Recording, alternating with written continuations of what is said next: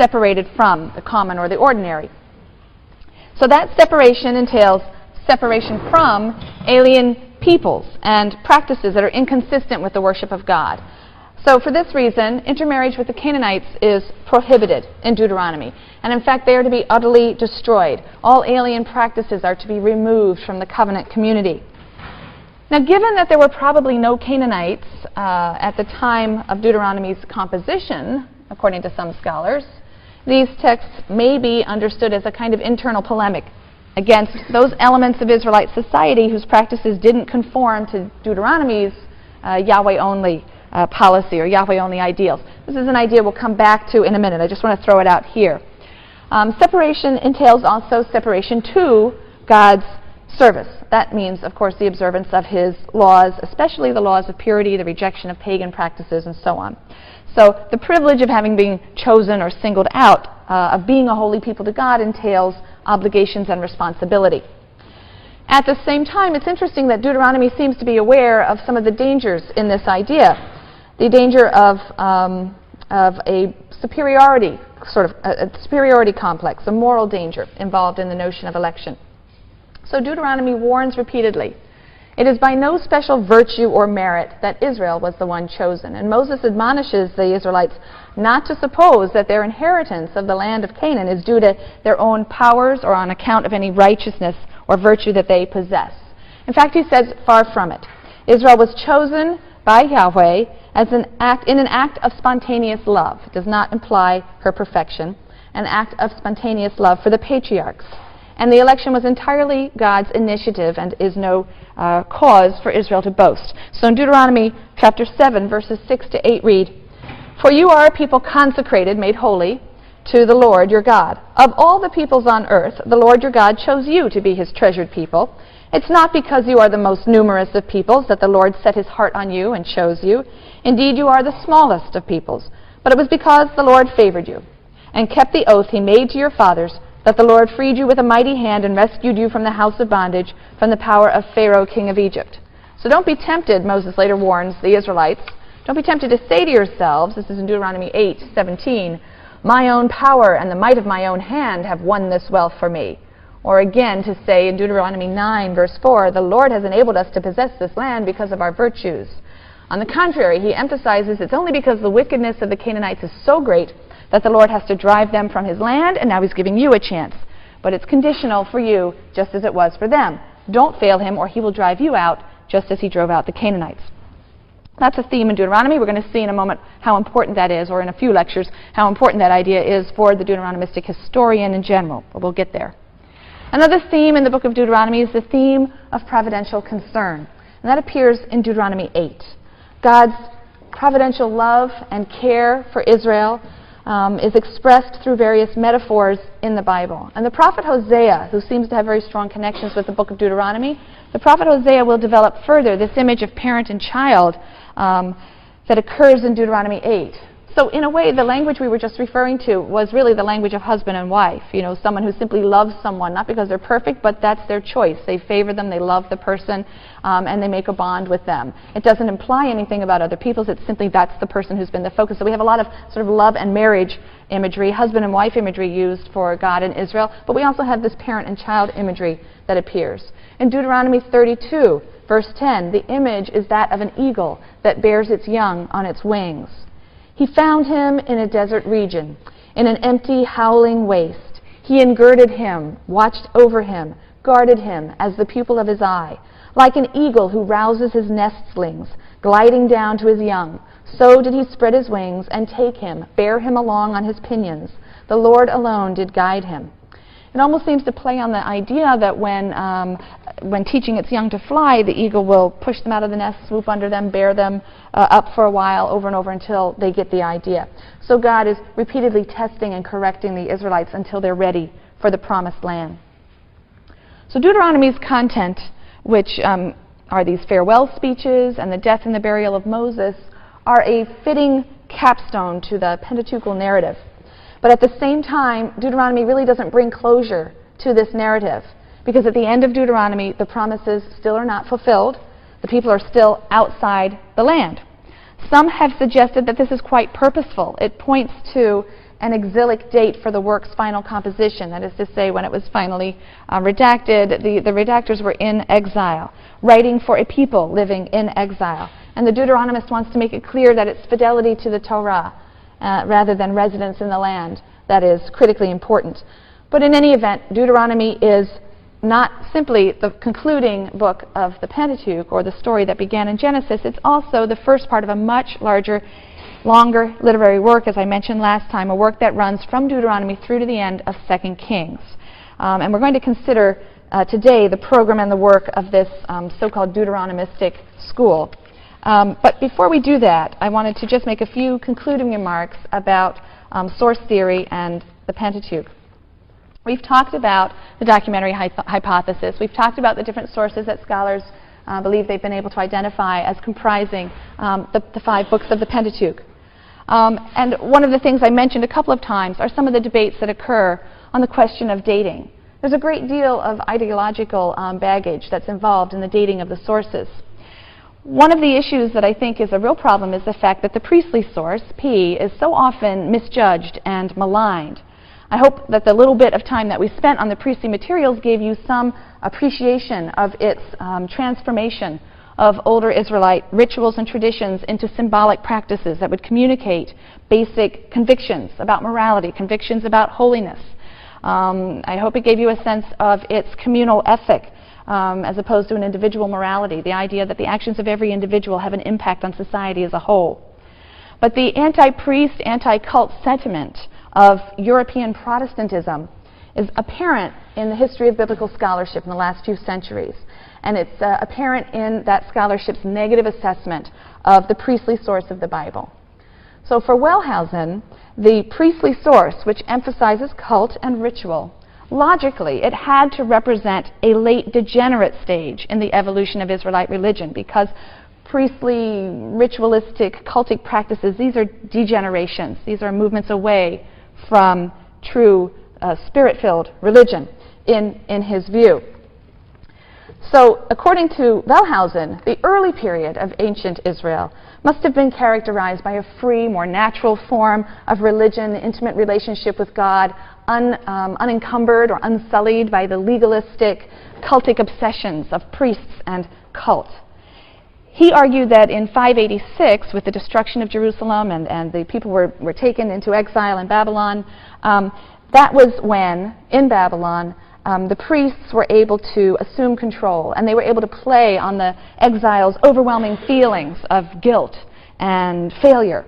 And the priests were able to construct a new identity and religion that stressed the sinfulness of the people and the need for ritual purity and ritual observance and legalism as the road back to God. And they were able to write themselves back into the narratives and stories of Israel's past. And this, according to Wellhausen, was a degeneration.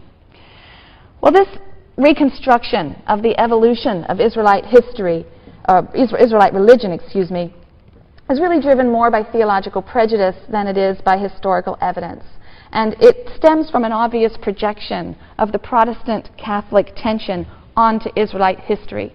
It also is driven very much by a successionist account of Judaism as being something that was moribund at the time of Jesus. Jesus came and revived this as a spirit-filled religion again when it had decayed and withered and degenerated like a dead tree, as Wellhausen refers to it. This isn't to say that all scholars who date P to the post-exilic period are motivated by the same problematic assumptions. That's certainly not the case. There are scholars of all stripes and allegiances who view P as late, and there is some very good objective evidence for dating parts of P to the post-exilic period, just as there's good objective evidence for dating parts of D and the other sources to the post-exilic period.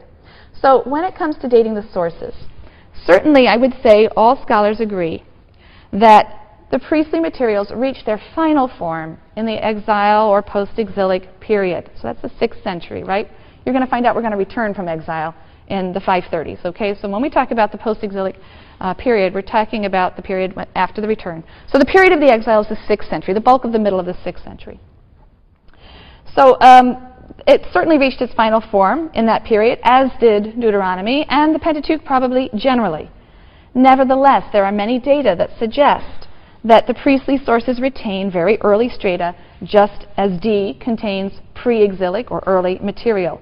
P espouses a communal ethic, and post-exilic priests are going to turn increasingly to an individual ethic.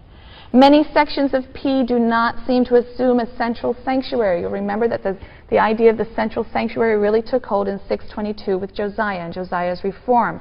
So it becomes a real watershed for us in dating texts. Texts that are happy with the existence of shrines throughout the land of Israel are probably pre-Josiah, pre-622, pre-exilic. Texts that insist on a central sanctuary are probably Josiah's time or later. And there are many sections of P that don't seem to assume a central sanctuary. There are sections of P that do seem to assume a central sanctuary. More significantly, I think P contains no universal ban on intermarriage. It doesn't employ its purity laws or language to mark an inseparable boundary between classes within Israel or between Israelites and Gentile others. The use of purity and purity language to inscribe boundaries between Israel and other nations is very characteristic of the post-exilic period, and we're going to see that when we get there. So it's very hard to understand P's silence in this regard if it stems entirely from the post-exilic priestly circles.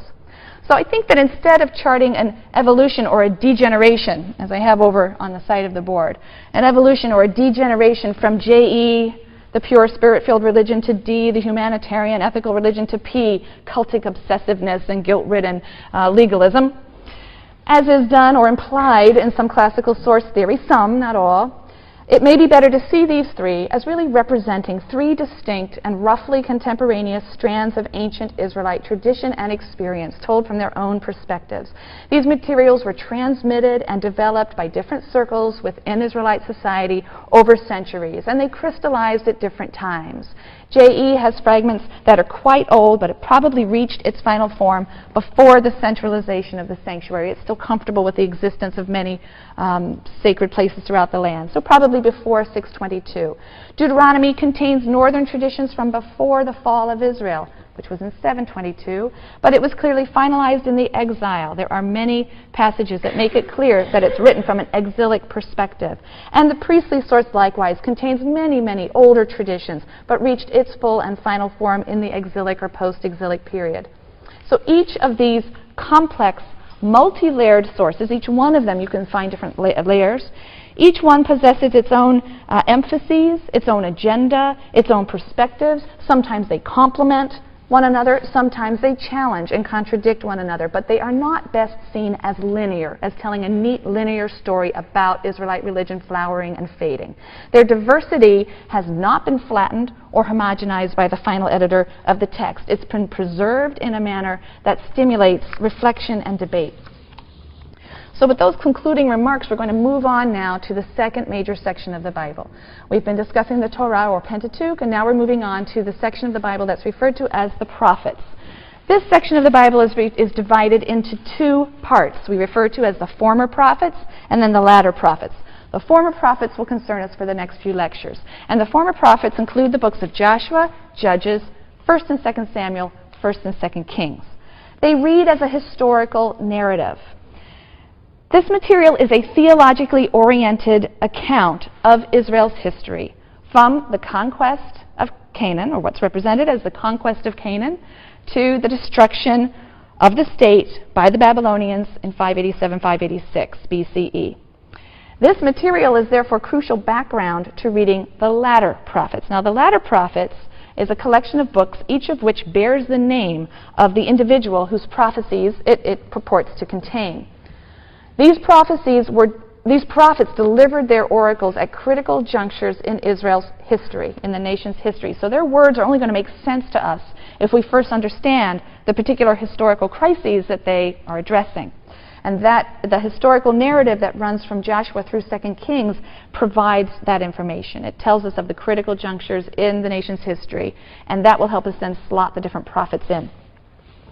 So the former prophets, or the historical books, like the books of the Bible that we've already studied, contain various older sources that have been put together by a later hand. You have an editor or a group of editors who reworked these older sources. They were oral traditions. Some of them were probably records from royal archives and so on. And they wove them together into the form that we have now, and that's a process that's referred to as redaction or editing. The anonymous person or group or school that's responsible for the final composition, the final redaction of these books, would put the materials together by inserting verses and speeches that would frame the older sources and link them together, give them some sort of common uniting thread. The redactors linking and framing passages and their revisions of the older sources exhibit certain common features. They harp on the same themes over and over again. They use some of the same language over and over again. They share certain assumptions. And those features and assumptions have a lot in common with the book of Deuteronomy. A lot in common with the book of Deuteronomy. And that's what led the German scholar Martin Noth to surmise that Deuteronomy and these historical books really form a unit, so that Deuteronomy not only looks back and finishes off the Pentateuchal narrative, it looks forward as the beginning of really the historical account that's to follow. J, E, and P really seem to come to an end here. There's some debate about this. But because the interpretive history that runs from Joshua to 2 Kings is based on ideals that are set out in the book of Deuteronomy, we refer to the person or the persons who redacted this whole unit as the Deuteronomistic historian or the Deuteronomistic school. The whole unit as a whole was redacted after 622, that's clear. It assumes and insists upon the centralization of the cult. The last dated event that's mentioned in 2 Kings is something that occurred in 562. That was when King Jehoiakim was released from prison in Babylon in 562. So the work was probably concluded shortly after that date, so in exile or towards the end of the exilic period. Martin Noth assumed that there was one editor. Other scholars have assumed that there were two or even more successive editions of this history, because there are multiple perspectives that seem to be represented, but the last seems to be an exilic perspective, the perspective of someone sitting in exile, and we'll be returning to that in a future lecture. Some of the books within this very large unit, or at least the traditions within this very large unit, are less influenced by Deuteronomy and its themes and its concerns. Some are clearly, some contain clearly pre-Deuteronomistic elements and materials, if you will. But I encourage you to read the excellent introduction to the prophets, the section of the Bible, the prophets, which was written by Mark Brettler in your Jewish Study Bible. I think it's an excellent introduction to the complexity of this material. The most salient feature of the Deuteronomistic school is the conviction that Israel's residence in the land is a function of its obedience or disobedience to the covenant with Yahweh. And that conviction is going to color its presentation, its evaluation, and its interpretation of Israel's history and her kings, right from Joshua right through to 2 Kings. Yechezkel Kaufman uses the term historiosophy, which I've written up here, historiosophy, to describe this material, where a historian might simply record events, as if that's such a simple thing to do, but let's go with that for a moment. A historian might simply record events, however selectively or partially, might try to indicate cause and effect where possible. But a historiosophy is a more conscious philosophy of history. It's seeking to ascertain the meaning of events, to draw larger philosophical, ideological conclusions from the events of history, and to point to the larger purpose or design of history. Not to say just what happened, but to say why it happened and what it means for us today that it did happen. So the Deuteronomistic history is not simply a history of Israel until the destruction of Jerusalem. It's a historiosophy. It's making an argument, and it's attempting to communicate the meaning and the significance of the events of that time. And it does so through a pattern, a literary pattern we will see, of reward and punishment. This is an important point, and as we begin to go through the material, we'll be coming back to this. We'll return to this idea. There are certain key features of Deuteronomistic thought that are evident from Joshua through 2 Kings. One is the belief in the divine election of Jerusalem. Jerusalem is the city that is referred to in Deuteronomy when it says God will choose a place to cause his name to dwell. In the Deuteronomistic books, that place is going to be Jerusalem. There's also a belief in the divine election of David, David as the king of Israel and his dynasty. Now, it's interesting because the other 4 books of the Pentateuch never mention a king. They never talk about, in Genesis through Numbers, none of the legal materials say, when you have a king, this is what he shall do. It's only the book of Deuteronomy that assumes or prepares for a monarchy. and contains legislation for a king and the things that he should do. So this again underscores the connection between Deuteronomy and the following books. Deuteronomy assumes a king. It's being written and redacted at a time when there is a king in Israel, there have been kings in Israel, and it's providing laws for the construction of an ideal monarchy. So David, the theme of David as the elected king of God, David also as the ideal king, is something else that's a theme of these books. Another theme that we see in these books, or feature of the Deuteronomistic school, is the emphasis on what we call the Yahwist prophets. Yahwist prophets, prophets like Elijah and Elisha. These prophets are held up as heroes and champions of religious purity. They are completely against any kind of mixture of Yahweh worship with other elements, any kind of syncretism. The other thing we see in the Deuteronomistic material is a preference for Judah, the southern kingdom, as compared with a very negative presentation of the northern kingdom, Israel. The northern kingdom, Israel, is going to come in for very, very bad press at the hands of the Deuteronomistic writers, which shows that they are probably favor or come from Judah. So the northern kings are going to be uniformly denigrated. They're going to be denigrated because they maintain cults that rival the central sanctuary in Jerusalem. And this is going to be what does them in. The other theme that we see throughout the Deuteronomistic material is the negative presentation of the Canaanites. But we'll talk more about who these Canaanites were and how complicated, in fact, that presentation is. Now, the books of Joshua and Judges that open the Deuteronomistic history, these books recount or relate the story of the conquest of the land of Canaan by the Israelite tribes and the early years of the settlement, and that's in Judges. To gain an understanding of some of the issues involved and the emergence of a tribal structure in the land, it's helpful to know something about the geography of Israel, which is why I've handed out for you a couple of different maps, but one that gives you physical features, and that's on the top.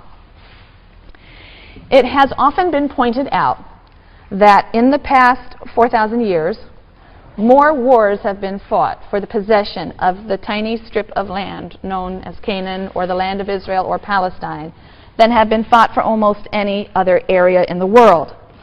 And in the ancient world, the reason for this was that this very small rectangle, it's about 150 miles long and 70 miles wide. It's about the size of Rhode Island. This very small rectangle lies on the way to anywhere worth going in the ancient Near East.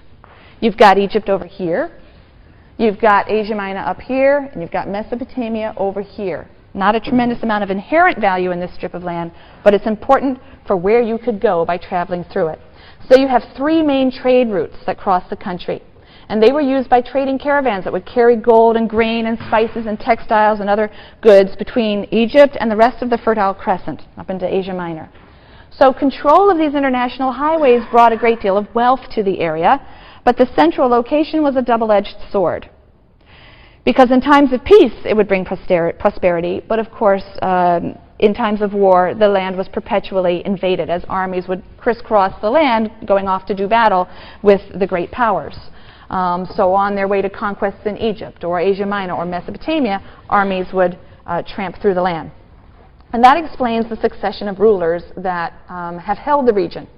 The Egyptians, the Amorites, the Israelites, the Assyrians, the Babylonians, the Persians, the Greeks, the Greek Ptolemies, the Seleucids, the Romans, and the list continues as we go on into the medieval and the modern periods. Now, despite the fact that this is a very small piece of land, it boasts great geographical diversity. So there are three main geographical subdivisions. You can see them on your map, and they really run in strips from north to south. If you look at your map, you'll see first on the west side, you've got a low coastal plain. It's about 20 or 30 miles wide. It's the coastal plain, and that provides that is the main highway out of Egypt or down to Egypt. That area was controlled by Egypt at the purported time of the Exodus. Running north to south next to that coastal plain is a region of low mountains. These low mountains are cut by some valleys that sort of run east-west. You'll see one there, the Valley of Jezreel in particular. That was a particularly fertile valley. So the valleys that cut through the mountains are extremely fertile. The plain of Megiddo also joins with the Valley of Jezreel. That's the most fertile part of the country, but it was also the site of many of the most bloody battles in Israel's history. Then next to that north-south central hill country, you've got Also, running north to south, what we call the Great Jordan Rift Valley. It goes the entire length of the country. And the Jordan River runs through this valley. It rises in the Sea of Galilee, or the Kinneret, in the north, and then it flows about 65 miles, I believe, down to the Dead Sea. At the northern extreme of this rift, the Rift Valley, is Mount Hermon, which is the highest point. It's a snow-covered Mount Hermon, and that's the highest point in Israel. It rises about 10,000 feet above sea level. The central mountain area, those are between 4,000 and 10,000 feet above sea level. As you move from the central area over to Jerusalem, Jerusalem is about 2,500 feet above sea level. But then as you continue moving east towards the Rift Valley, that area is dramatically lower, and you feel it as you travel the road there, just how quickly it drops. So that by the time you get to the Sea of Galilee, you're 700 feet below sea level, and the Dead Sea is nearly 1,300 feet below sea level. That is the lowest point on the Earth's land surface. So it's a dramatic drop in just a very short geographical area. Up in the north, the river is surrounded by very lush vegetation on both sides, but there's no life 65 miles south down by the Dead Sea. This is because the water is 25% salts and minerals, although I hear they found some sort of bacteria or something there, so I guess I shouldn't say anymore that there's no life, but essentially there's no life we would care about in the Dead Sea area. So it's a very desolate area, and tradition identifies this as the site of Sodom and Gomorrah. The area around the sea is basically semi-desert. We call this the wilderness of Judea, between Jerusalem and the Dead Sea, the wilderness of Judah or Judea. So within this relatively tiny area, there are radically diverse regions, and this fact held important implications for Israel's history. Unity was difficult. Being somewhat isolated, the inhabitants of each region developed a distinctive economic and cultural character. You have the small settled farmer in the more fertile areas. You have semi-nomadic shepherds. You have city dwellers. You have merchants and traders who are handling the commerce on the trade routes and enjoying broader cultural contacts. So that's the geographical setting for what we're about to read in the book of Joshua. The structure of Joshua is really somewhat simple. We can really divide it into two major parts. The first 12 chapters form a unit that convey the invasion and conquest. There are certain important elements. In chapter 2, we have Joshua sending out spies to scout out the land. In chapter 3, we have the account of crossing the Jordan River. In chapter 6, we have the Battle of Jericho. The story of the Battle of Jericho is really a composite of two accounts that have been woven together into a single narrative. So in one of them, Joshua's warriors seem to march silently around the city 7 times. In another, the priests carry the ark around the city 13 times. So the scholars think there are two different accounts here woven together. Chapter 8 describes a victory at a place called Ai, which is near Jericho. Chapter 9 tells the story of the Gibeonites who join the Israelites. They are a local group that seem to join them. And then 10 and 11 give us 2 further military campaigns. 11, towards the end of 11, we have summary statements. In Joshua 10, verse 40, we read, "So Joshua defeated the whole land, the hill country, and the Negev," that's the desert here to the south, "and the lowland," so you have the hill country, the lowland, and the slopes, "and all their kings. He left no one remaining, but utterly destroyed all that breathed." Chapter 11 goes on to stress that Joshua completed the task that had been begun by Moses. In verse 15, "Just as the Lord had commanded his servant Moses, so Moses had charged Joshua, and so Joshua did. He left nothing undone of all that the Lord had commanded Moses." And again in verse 23, the insistence, "Thus Joshua conquered the whole country, just as the Lord had promised Moses. And Joshua assigned it to Israel to share according to their tribal divisions, and the land had rest from war." So chapters 13 and 21 go on to describe the division of the land among the tribes, and then we have some sort of tidying up at the end. The remaining chapters are appendices. 23 is a farewell address, and 24 is a renewal of the covenant at Shechem, which brings everything to a nice conclusion. So the narrative in the first part of Joshua 2 to 12, describes the invading Israelites as an organized confederation of 12 tribes whose conquest is accomplished in a few decisive battles under the military leadership of Joshua. and the disunited Canaanites put up little or no resistance. They're paralyzed by a fear that's sent by God. All of those who were conquered are put to the ban, or the cherem. That's the sacred devotion of objects and persons to God, which entailed killing them. So they were utterly destroyed. So the first half of the book of Joshua contains a streamlined and idealized account, according to which the Israelites managed in a relatively short period to take the central hill country, confining the Philistines to a little strip of here on the coastal plain. We'll come to the Philistines in a minute. The account of the conquest in Joshua 2 through 12 is concerned to express the basic idea that Israel's victories would not have been possible without Yahweh, without His wondrous help. It was Yahweh who divided the Jordan before them. It was Yahweh who broke down the walls of Jericho. It was Yahweh who put fear in the hearts of the Canaanites. Yahweh was present at every battle. The ark was the visible sign of His presence, and it marched before them. And soon after the conquest, representatives of all of the tribes of Israel are going to meet and make a solemn covenant at Shechem to be the people of Yahweh, to worship Him alone. And according to the book of Joshua, Israel's tribal structure assumed its classical form at this time. This is a very neat picture of the rapid conquest of Canaan, but it's at odds with statements elsewhere in Joshua and in the book of Judges. For example, the victories in chapters 2 through 10 are confined to a very small area, what would actually be the tribe of Benjamin, basically, so just one small area. In Joshua 13, verse 1, Joshua 13 opens with the statement that Joshua was old, advanced in years, and there was much of the land remaining to be possessed.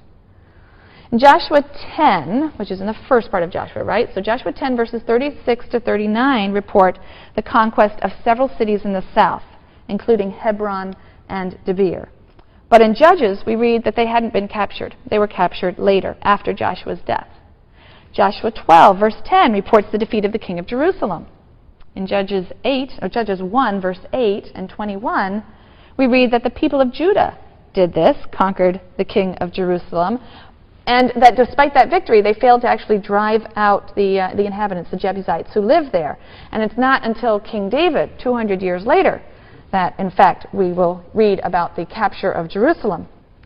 Judges 1 gives a long list of the places from which the Canaanites were not expelled. Also, archaeological evidence contradicts the picture in Joshua. In the ancient Near East, destroyed cities tended to be leveled, and then a new city would just be built on top of the ruins. And you would have these slowly rising mounds, and that each one of those is called a tell. Right? So you may have heard of Tel Dor. These are mounds which represent the successive layers of destroyed and rebuilt cities. And excavations will reveal the destruction layers under the floor of new cities.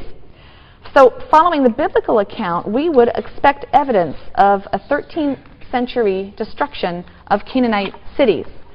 And archaeologists for a long time were convinced that they would find these destruction layers, but they were disappointed. They have found really no evidence of extensive conquest and destruction in 13th and 12th century archaeological layers. Some of the sites that are said to be destroyed by Joshua and the Israelites weren't even occupied in this period, the late Bronze Age, beginning of the Iron Age. Right? The Iron Age begins around 1200. So excavations at Jericho and Ai indicate that both of these towns were laid waste at least 200 years before the probable time of Joshua. So there weren't even any walls in Jericho at the time of Joshua. Of 20 identifiable sites that were said to be conquered or captured by Joshua and the next generations, only 2 show destruction layers for this time, Chatzor and Beit El. And yet, interestingly enough, Chatzor's capture, described in Joshua, is contradicted elsewhere in the Bible, because in Judges 4 and 5, it's still a Canaanite city. It said there that it's still a Canaanite city, and Joshua failed to take it. So the conclusion one can draw from all of this is that Joshua 2 through 12 is a kind of ideological construction, the significance and the purpose of which we'll come back to in a moment. But clearly, the formation of a nation-state, Israel, was much more complicated than the picture that's presented in Joshua 2 through 12. Scholars have proposed 3 possible models to explain the formation of Israel. The first is an immigration model. This was first posed by German scholars. Since the main Canaanite cities that existed in the land at that time were fortified or walled cities down on the plains, the Israelites, it's thought, according to this model, would have entered and they would have occupied the very sparsely populated central highlands. They would slowly have begun to take control of the plains coming down from the highlands. Well, we do know that at the end of the late Bronze Age, beginning of the Iron Age, around 1200, this was a time of great upheaval throughout the Mediterranean world. You have the collapse of Mycenaean civilization, you have the Trojan Wars, the Hittites are invading Asia Minor, modern-day Turkey, to the north, and these upheavals are leading to mass migrations of people. Many are sailing from mainland Greece and from the Greek islands, and they are flooding this area, the coasts of Phoenicia, the coasts of Canaan, and Egypt. And these people are spoken about in a lot of our ancient sources. They're referred to as peoples of the sea, coming in from the sea, from islands and coastal areas of the northeastern Mediterranean.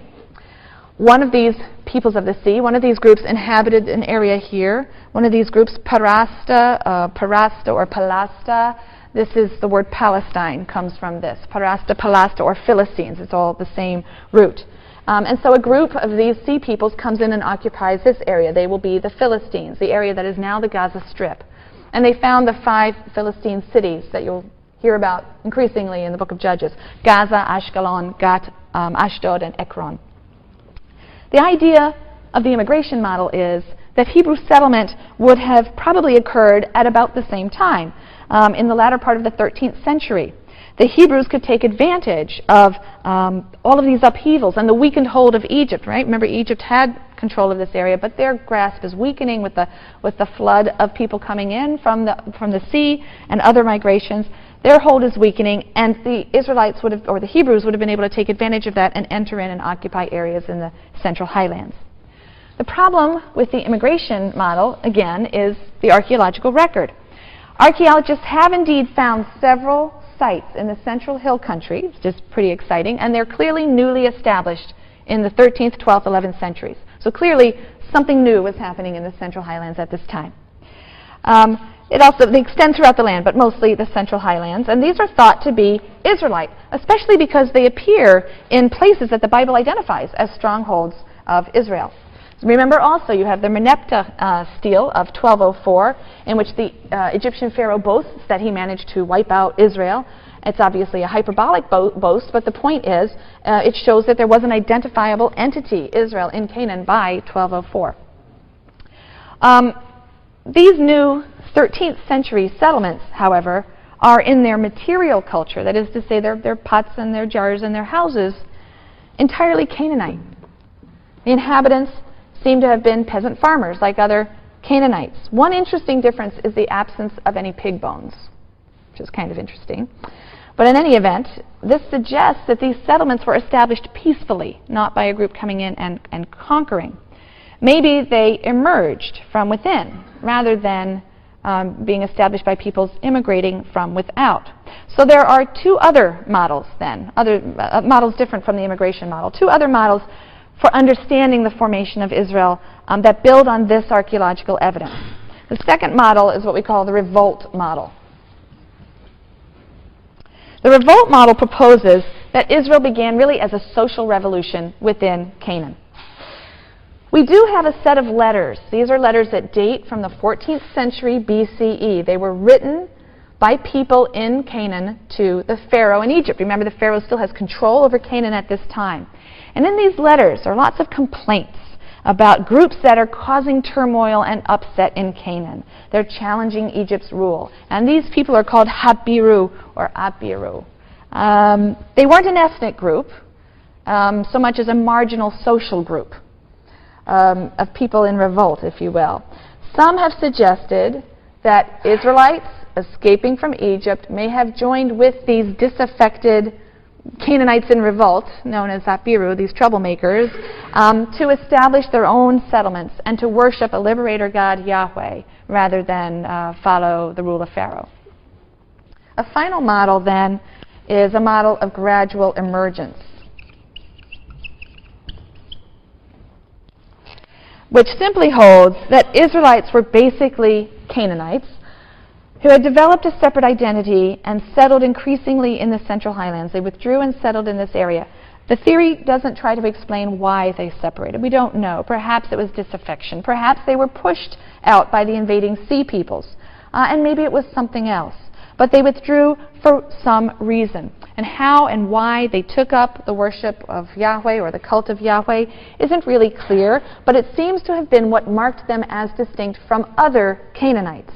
The Yahweh cult may have been introduced by people escaping slavery from Egypt. Most scholars see the Exodus story as evidence for the presence of some escaped slaves among this community. So the important thing is that the Hebrews at this stage were probably not a united people. Various elements went into the final mix that would emerge as the nation Israel. Local Canaanites who for some reason withdrew and established their own settlements with a continuous material culture and established agricultural lifestyle. You have them. You have escaping slaves from Egypt. And remember, we do have some evidence of destruction from outside, so there could also have been some foreigners coming in and destroying and settling. It even seems that some local foreigners were admitted to the community. We read of Midianites who covenant into the community. We read of Kenites who covenant into the community. And archaeology supports this picture of merging of peoples, a picture of the merging of peoples, rather than conquest or even large-scale immigration, because the new settlements in this period show such continuity with the past, not a complete break, not the initiation of something radically new. And again, some of the elements within this group may have brought with them the story of a miraculous escape from Egypt. They may have understood this to be the work of Yahweh, a god known probably from southern regions. And so the mixed group that would join together to become Israel accepted Yahweh, though perhaps not exclusively, and adopted the national story of the Exodus as its own at some point.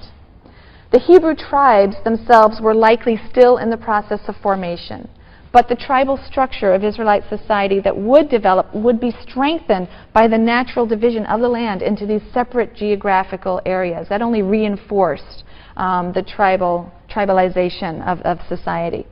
And these local tribes probably did assimilate elements of the local population. We've really seen already the ethnic mix of various elements reflected in religious imagery and institutions. We've seen that Yahweh is represented in terms reminiscent of the tent dweller, El, the god of the semi-nomadic tent-dwelling Hebrews and their patriarchs, and certainly a god of the Canaanite pantheon. We've seen that Yahweh is also represented in terms reminiscent of Baal of the Canaanite pantheon, the god of the settled Canaanite population. In fact, in the book of Judges, you will read of a temple to Israel's God, the God of the covenant, and that temple is called the temple to the God of the covenant, or Baal Berit. The word Berit means covenant.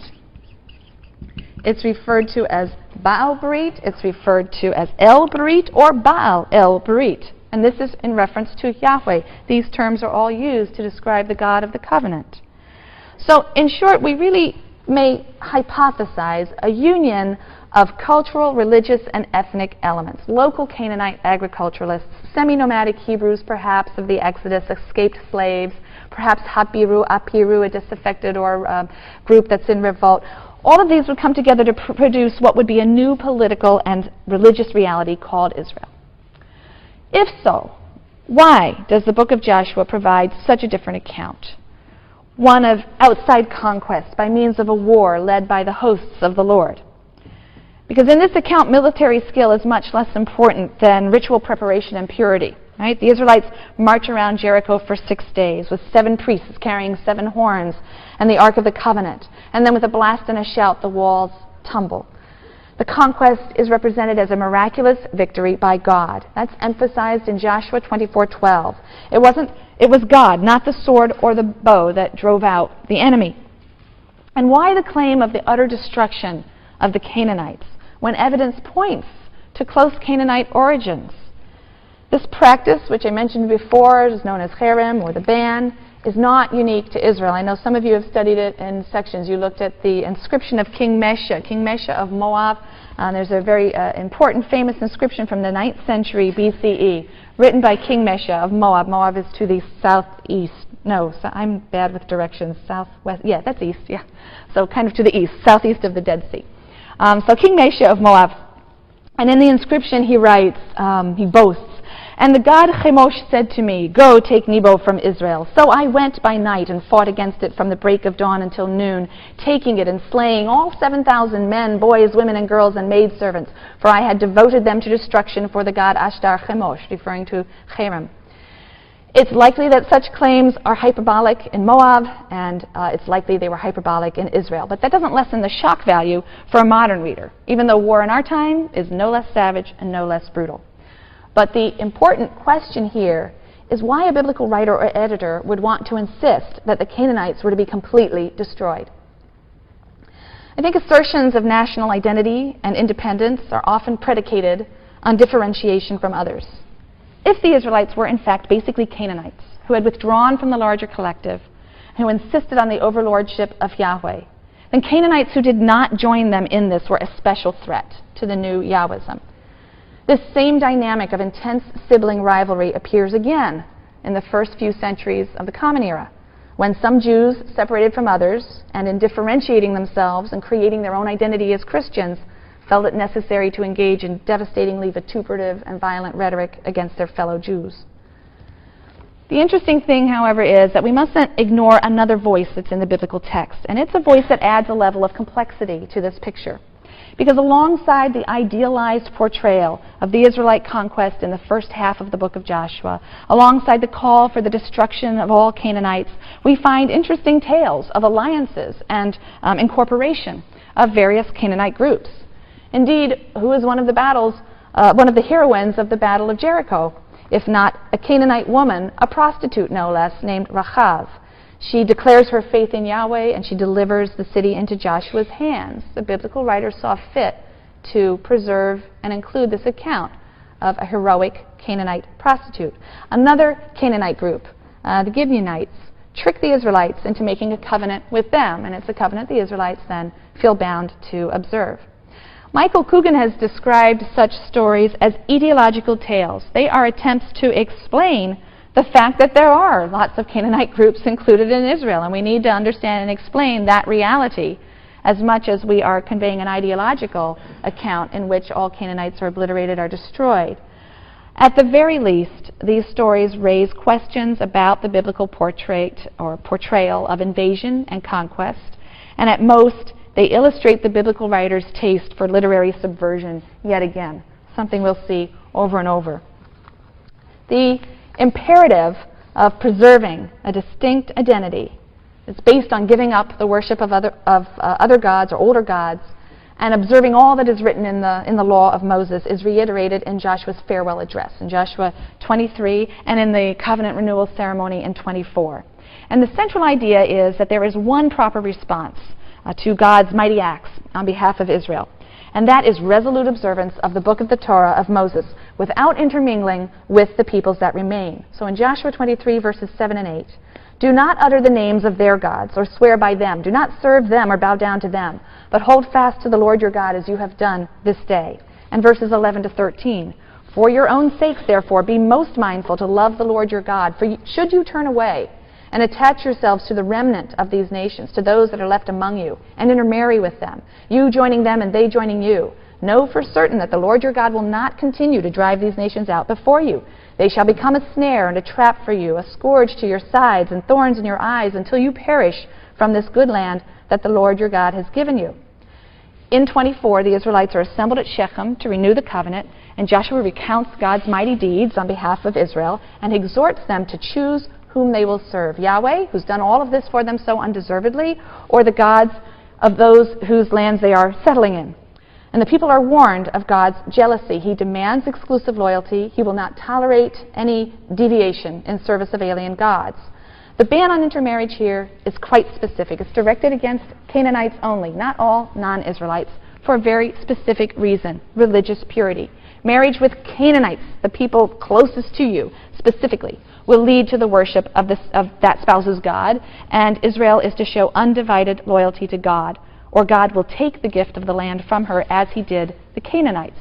One last remark for you to think about.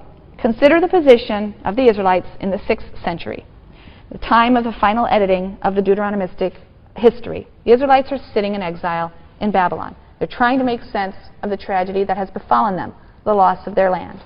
Consider how a text like Joshua 23 and Joshua 24 would go a long way towards explaining their fate while retaining faith in Yahweh. We're going to return to this when we reach the conclusion of the Deuteronomistic history in 2 Kings.